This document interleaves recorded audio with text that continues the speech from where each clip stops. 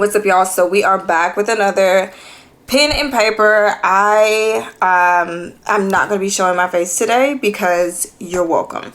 So I am going to go ahead. I have my spreadsheet up, but I just find that it's easier for you guys to kind of see what I'm doing if we do the pen and paper. So I'm just going to be transferring over my expenses from my spreadsheet because those, as I stated, do not change really. So my total income, and this is going to be for the month of November.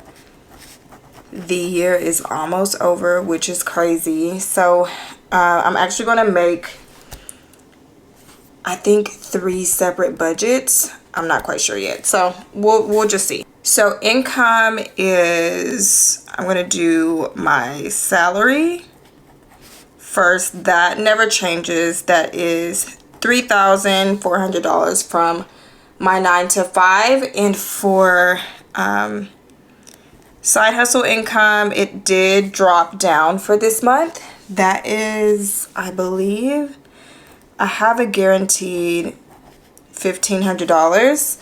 And then I do have, hopefully, the brand payment coming in. I still don't have the script, so I don't quite know when this is coming in. So that is $3,500, and I'm probably going to have to leave that out because I just don't know what's going on with that just yet. So I always like to start with my housing. So I'm going to say housing, and for my mortgage, that is always $825 that I budget. Now, this is not the amount of my mortgage. I wish my mortgage was $825, but it is not. It is a little less than half of what this is. But once again, I did pay up for 12 months to try to keep my budget the same, so I didn't have to budget for the total amount. So for a little bit less than half, I saved up 12 months of that, and that is in my bills account. So I just need $825 to make the rest of that payment. So that is that for mortgage. That does include, my mortgage does include property taxes and insurance. So that is not separate. For electric, my upcoming bill is, I believe, $177 or $180. I am going to make it $180. So that is $90 per paycheck that I am going to need to take out to make sure electric is paid. So it's going down. You guys remember I was going through hell in the summer, and it will probably be hell next summer, where it was like $280 because just the way that the house was built, it wasn't built the best, and the unit cannot keep up. So next up, we have my alarm system. I'm just going to call it ADT, and that is $60. Lawn care, I do not have that, which, thank you God, I pray for the rest of the year I am done with lawn care. It can be a blizzard through this bad boy, killing all the grass. I do not care. I now know that I have $120 that I can use towards other things. In my last video, I did say my daughter is now in gymnastics.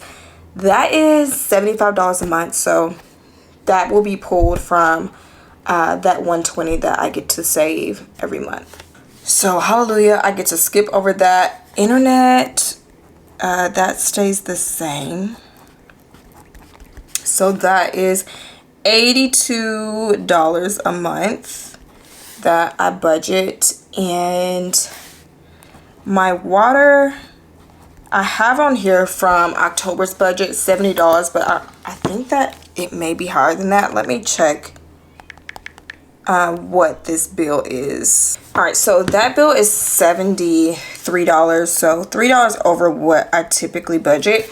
But that's fine. I will take that. So $73, and then my main bills are my cell phone, so mobile, and that is $80 that I budget every month. That is static, so that stays the same. And then pest control, That is bi-monthly, I believe. That's how you say it.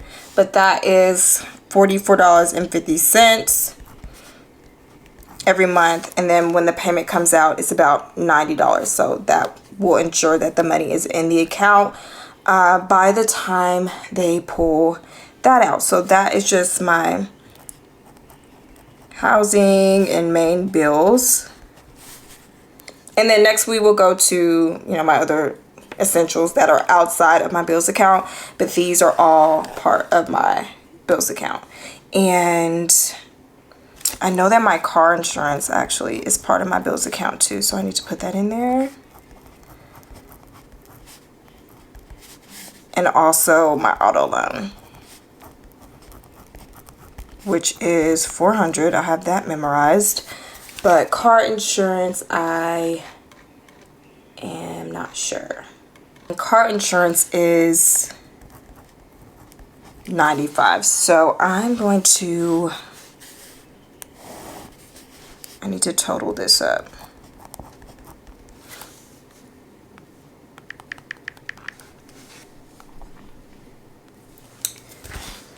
Okay, so we got $825 plus, oh, that's not right. $825 plus $180 plus $60 plus $82,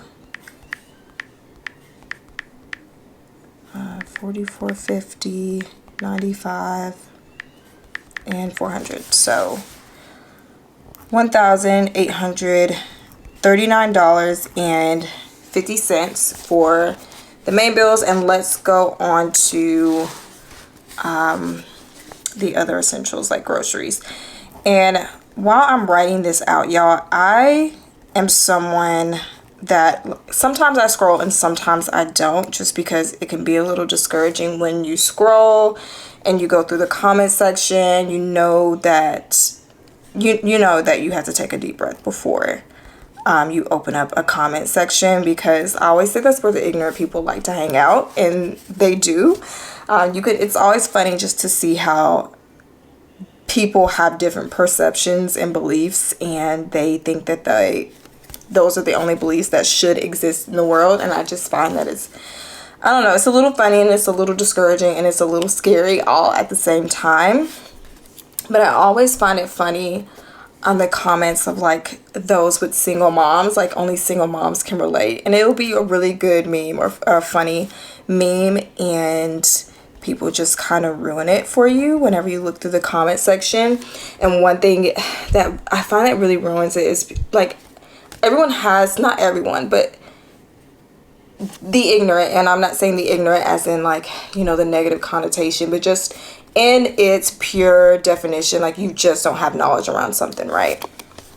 Either you don't have it or you don't want the knowledge of it. You want to just stay in that ignorant space. But they always believe every single mom is like just sitting back, not doing anything, collecting her government checks, the welfare and food stamps, and I wish I was a single mom and it must be easy and things like that, or even just a single woman in general. And I always find it so funny how every one of those people have this same belief, and it's like, how does that come about? I always try to figure out, like, how did that come about? Who hurt you? Or did you just get this from the movies or whatever? Because a lot of us actually are out here doing this thing. Like, we're out here, we're doing this thing, we're doing a damn good job at life, and it's just so frustrating when you know that you're trying to be a bigger, better person and people still put you in this box. Like, they don't allow you to grow outside of that box, and no matter what you do, you can never satisfy these people, right? That is my pet peeve and my little rant of the day, because whether you get government assistance or not, like, who cares, right? Who cares whether people get child support or government assistance? Honestly, I feel like if you are doing the work and you're taking care of your children, whatever your circumstances may be, like, you are still deserving at the end of the day. And a lot of people, even when I was on Instagram, whatever it is, whatever accomplishments that I made financially, it's like, oh, well, where's your husband? And what did your husband do? Or, you know, you forgot to add child support in here. Like, I literally had someone tell me, oh, you forgot to add your child support, as if it was going to be an insult. And I always feel like you're owed that. You're owed that. It takes two people to take care of a child. So if I had child support, y'all, I will gladly slap that bad boy up here in this category. And I would do it with pride, because at the end of the day, that means that person is carrying some of the weight, even if it's like $20 dang a month. Oh, well, I'm going to slap it in here and it's going to go to good use, right? So just a little rant, because I just looked at something, even though I know I shouldn't, and I'm trying to get out of that space where I look at the comments and like go down this rabbit hole, because it can really piss you off and you want to like come back and say something. But as long as you're handling your business, whatever it is, whatever your circumstances are, wherever your income is coming from, you don't have anything to prove to anybody. And let the ignorant, you know, self-destruct and wipe themselves out, because they're going to do it every single time. So going back to the expenses, so for gas, I typically budget $200 a month, so I'm going to keep that the same, because that does work out for me. And groceries are I believe $200 a paycheck, so $400 a month. And I think that I'm going to keep it the same. I think that that works out for me as well. It's the eating out that I really have to get a hold on. I'm someone, I hate cooking, y'all. I hate cooking. I've tried it all. I've tried it all to try to get out of that headspace. But I hate cooking. I do have my cat's premium that I left out of this section, but it does come out of my bills account, and that is $50. That is the bad thing about having, you know, a spreadsheet and you're trying to film, is because it's kind of spread out in different categories, and I totally forgot I had that. So $50 for her premium. I still pay my gym membership. I'm going back one day, y'all. I am going back. I just bought some stuff for my garage, and I have some dumbbells and a weight bench just to try to stay consistent. But I am going to go back, because I do need to be around people, I find. Especially now that the weather is getting colder. Y'all, seasonal depression whoops me. So I need to go back and be around people and get into a good routine. So this is something that I am going to keep. I wasn't, but I am going to keep it. But I did get $10 shaved off. I did remove some features. So that is now $45 that I pay for the gym membership. Disney Plus, I believe, has gone up to like $13. So $13 for Disney Plus. And then I have data and Apple insurance. I'm just going to combine these two. And that is $12. I actually think I just went up in storage, so it's more along the lines of 15. All right, I just looked just to see if I was missing any other expense, and I am not. I did leave personal blank. Now I have $200 from each paycheck that goes into my personal funds account. I'm gonna keep that like it is right now. And then I have for car maintenance, this is a sinking fund that I have with Ally. I put $30 in that per paycheck, or $60 a month. That goes for oil changes and stuff like that. And then just for basic emergency fund savings from my 9-to-5's pay, I have $200 a month going into that. And not much is going into our savings and investments right now, which sucks. That's the part that I really am bummed out about, because we were doing so well, and I just had to, you know, slow down and take care of what I need to take care of right now. I'm going to add the rest over here. So it is what it is. Sometimes you have to pause, take care of what you need to take care of, and then come back, better and stronger. And I am not gonna lie, when I get my credit cards paid off and my last student loan paid off, I'm actually in a home with my big girl expenses, and I just feel like I'm gonna be so proud because I did it, because the mortgage scares the heck out of me. My duplexes where I just moved from, the rent was $750 and my mortgage is like $1,400. And I'm like, how am I going to do this? How am I going to stay stable? How am I going to be able to save? How am I going to be able to pay, you know, debt? Am I going to have any extra money? That was a huge concern. And just to know, like, I'm doing it. Like, I don't know how great I'm doing it, but I'm doing it. And I have money, you know, left over.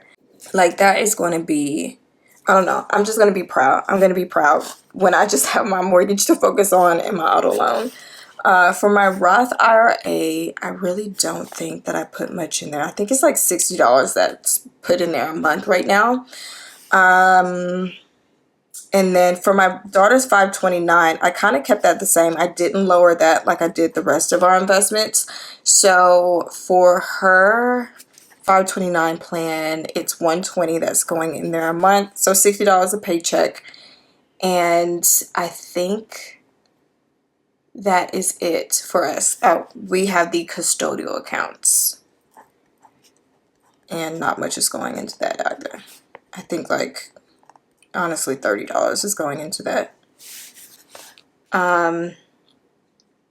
For right now. So that takes care of savings. And I have the emergency fund savings. And now let's go to debt. So update, I have like $600 left to go on my first student loan that I had to pay back. I believe it started with like a $2,500 balance a little over a month ago, and now it is at $600. So for my student loan, I need to pay off that $600, and that will leave me with just one student loan. And y'all, that is all I'm going to take from the side hustle income. I just bought a new dryer, so I need to put the rest of the money towards that. But let me see where we are. So I'm going to add this up down here. Groceries, then we have personal funds, gas, insurance,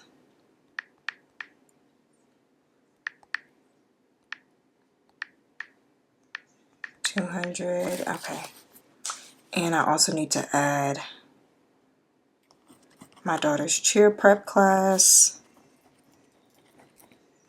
That is $75.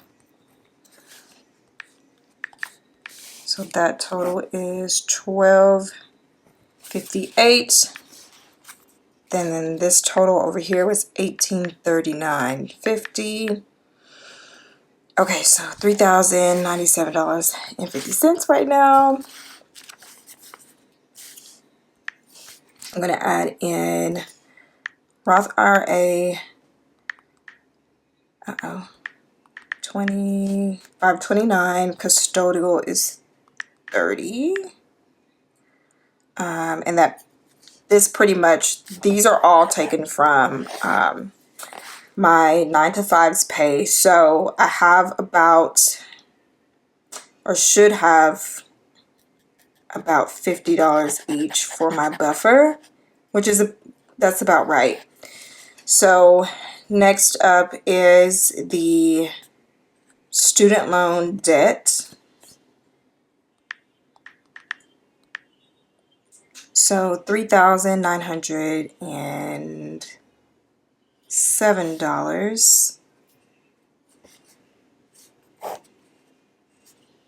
is what we're looking at right now.